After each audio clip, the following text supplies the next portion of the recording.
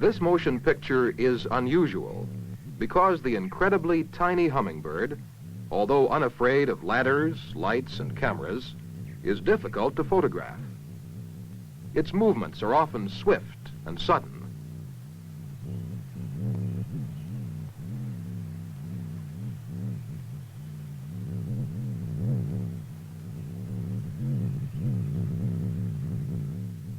The hummingbird is the smallest of all birds. It averages 4 inches in length. How much do they weigh? It may take 15 fully grown hummingbirds to weigh 1 ounce, and this mature female barely counterbalances a nickel. By means of high-speed photography, you can now see the hummingbird's wings in slow motion. The wings change pitch at the shoulders to provide lift at each stroke, much like the hands of a swimmer.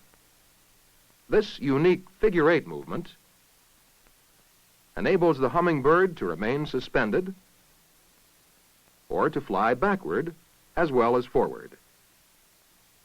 This maneuverability enables it to feed in flight from nearly any position. The hummingbird is the only bird which can fly in any direction.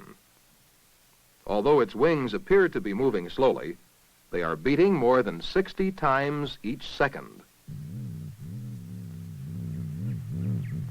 Many hummingbirds are beautifully colored, especially on the throat and head.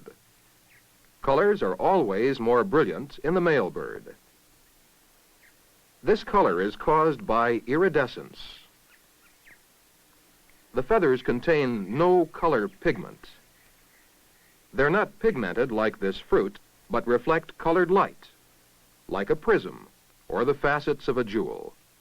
Therefore, movement contributes to the illusion of color, and the colors seem to wink on and off, and even change hue as the bird turns its head from side to side.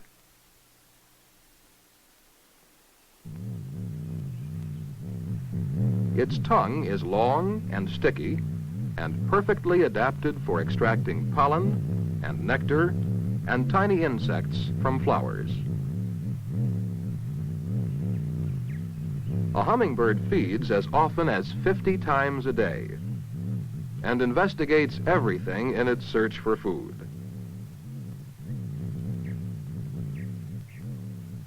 Since it's attracted by bright colors, it can be lured to your hand by colored water and will drink if the water is sweetened with sugar.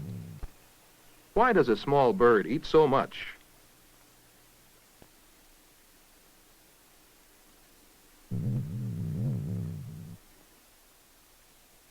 Hummingbirds live in nearly every part of North and South America.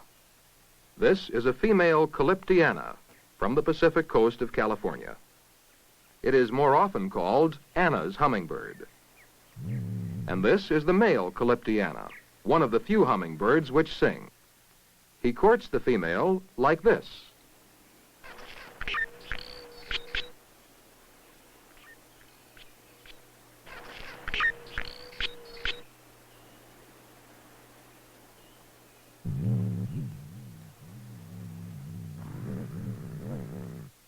Courtship continues with an extraordinary display by the male. While the hen waits, the cock flies skyward. She watches from the ground. The cock flies higher and higher until he's almost out of sight. Then he dives. What the female hears is the sound made by the cock's outer tail feathers. Listen carefully as he dives again. During such a dive, the cock may reach a speed of 60 miles an hour.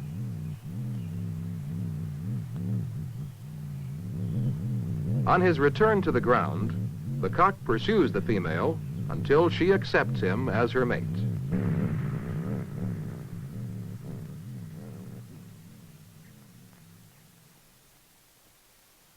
The nesting season for Anna's hummingbird begins in December and lasts through August. Normally, the Anna builds several nests each season.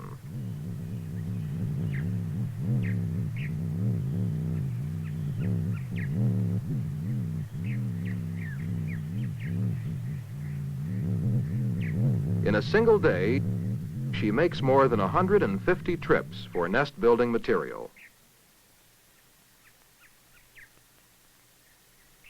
She builds her nest with greater care than many birds, fitting each bit of material into place and shaping it with her body. Twigs and grass, feathers and spider webs, and pieces of lichen are all skillfully woven together like this.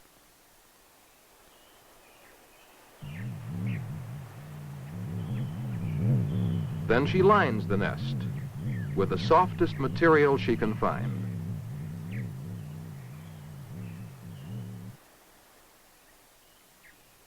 In this case, the female uses cotton from a clothesline rope and packs the lining layer on layer with her feet and body.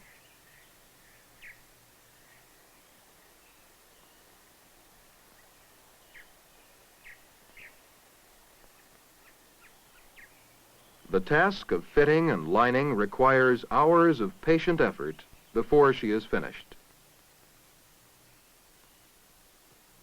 The entire project takes almost a week.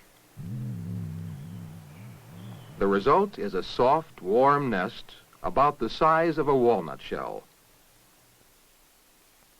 or just spacious enough for a bumblebee.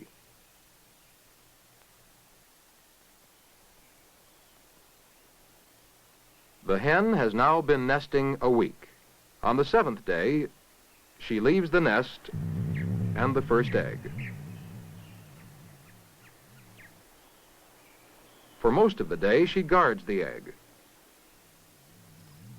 She feeds briefly, but at dusk returns to the nest to protect her egg from the cold. She covers it each night for the next 2 nights. In the morning of the 3rd day, she lays a second egg. Normally, 2 eggs are all she will lay in a single nesting. The incredibly small scale of a hummingbird's world is revealed by this small bean. Inside each egg is a chick embryo.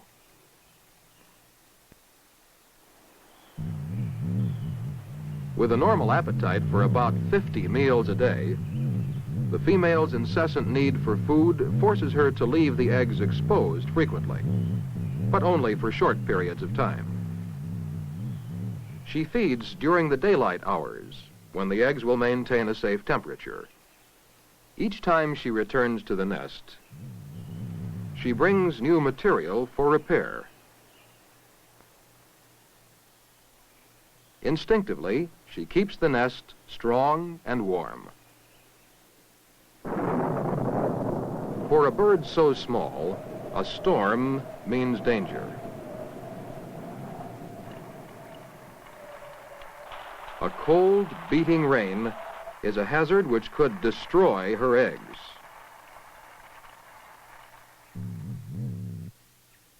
Incubation can last from 12 to 18 days. Incubation is the time between the laying and the hatching of the egg. Why does the time required for incubation differ with each egg?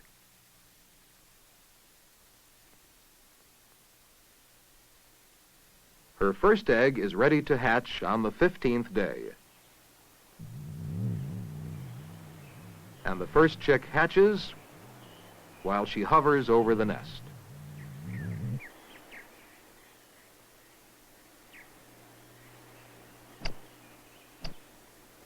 She does not feed the chick immediately. When the chick is free of its shell, she covers the nest and incubates her second egg. Not until 2 hours later does she feed her hungry chick. As with most newly hatched nestlings, the chick receives pre-digested food. In this way, she nurses her nestling until its digestion can accommodate a normal diet. At this critical time, she must not neglect her second egg. On the 16th day of incubation, the second egg hatches. Now she has two ravenous appetites to satisfy. As before, she watches the chick during the hatching. She does not assist. She makes sure it is safely clear of the shell, then turns all her attention to the feeding of her young.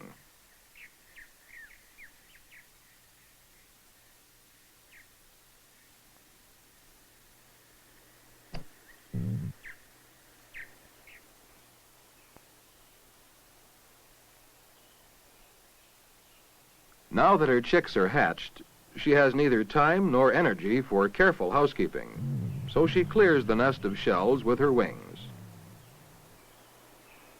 The nestlings are helpless. Their eyes are closed, and in the first days after hatching, they require countless feedings. Their diet continues to be predigested, their hunger perpetual. They also demand the warmth of her body. After a week, the nestlings have enough feathers to protect them from the cold, and their eyes are open. 2 weeks after hatching, they crowd the nest. This is their progress in just 14 days. Their beaks grow longer, and by the time they can fly, they will be able to feed from flowers. Covering the nestlings is now difficult. Since she can find no room for herself, she leaves the nest.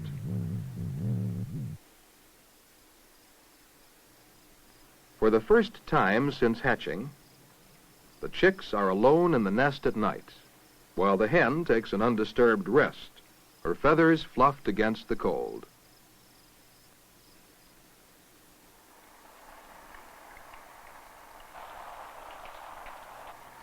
To the chicks, rain is strange and uncomfortable. But the hen no longer gives them protection.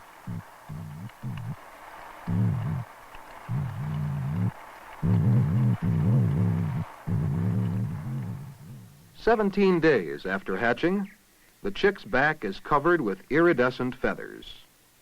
Thus far, they've been totally dependent on their mother. Now the fledglings begin to exercise their well-feathered wings. Unlike most birds, they practice flying before they leave the nest.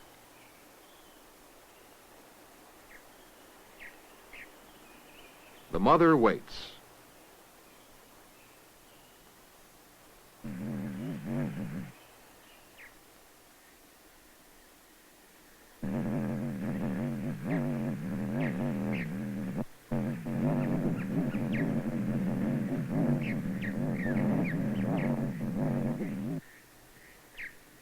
To get the fledglings to fly, she first feeds them.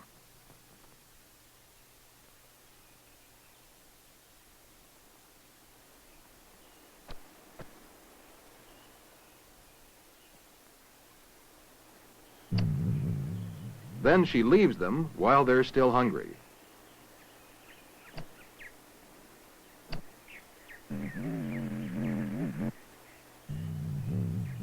She flies above them.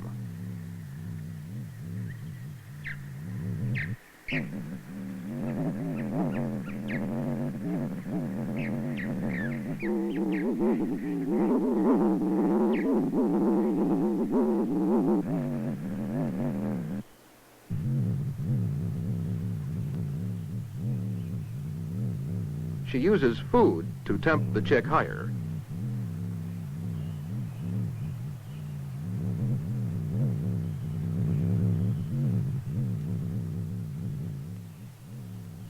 Her second fledgling lags.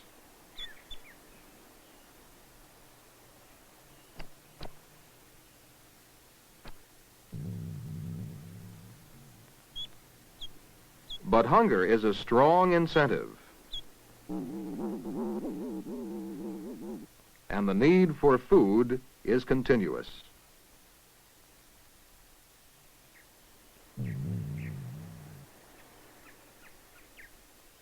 You have seen the life cycle of the hummingbird, smallest of all birds.